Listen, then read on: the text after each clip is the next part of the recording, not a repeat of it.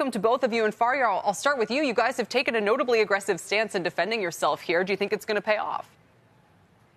I think so. I mean, look, it's an area where regulatory clarity is absolutely needed. You've got bipartisan support in Congress and the House and the Senate to kind of get to work, pass legislation, and provide the clarity that the industry needs.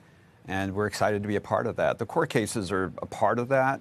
But really, Congress, I think, ultimately is going to have to take up the gavel and get the work done. And we had big bipartisan progress last week. So that was pretty exciting.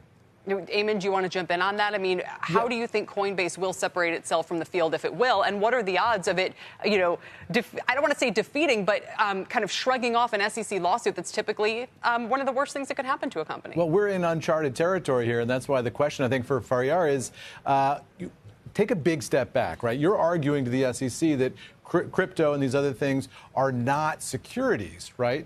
But I think the big philosophical question is, what are they and what are they good for? What's the actual purpose of crypto? When it was developed, the idea was it was going to be cryptocurrency. It was going to be a currency, and you'd be able to buy things with it. You can't really buy a lot of stuff with crypto. You can buy some stuff, but not throughout the economy. So it's not really a currency. You're saying it's not really a security, which was the next thing people had. Well, this will be an investable asset. We'll invest in it. That makes a lot of sense.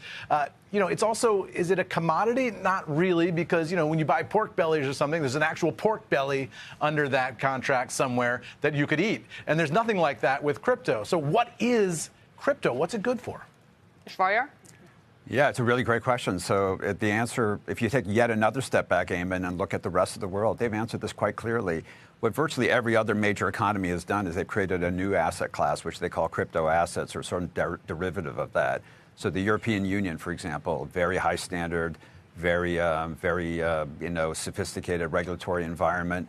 They passed a piece of legislation called the Market in Crypto Assets Regulation, and they created a new asset class.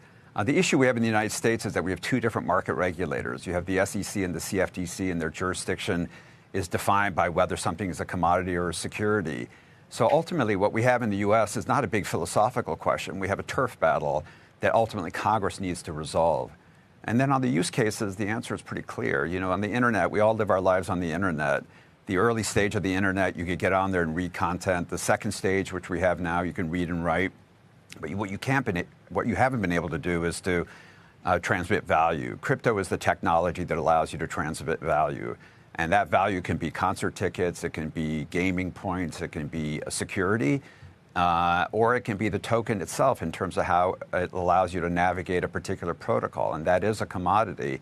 So I think the answer is right in front of us. I don't think it's that complicated. And I think we should just be careful not to let turf disputes ultimately decide something that at this moment has huge geopolitical significance. No question there's a turf dispute going on here in Washington, and that's kind of endemic to Washington being Washington, right? I guess the question about the asset, though, if you're talking about the core value of crypto, what is to prevent this asset from just going to zero? Right?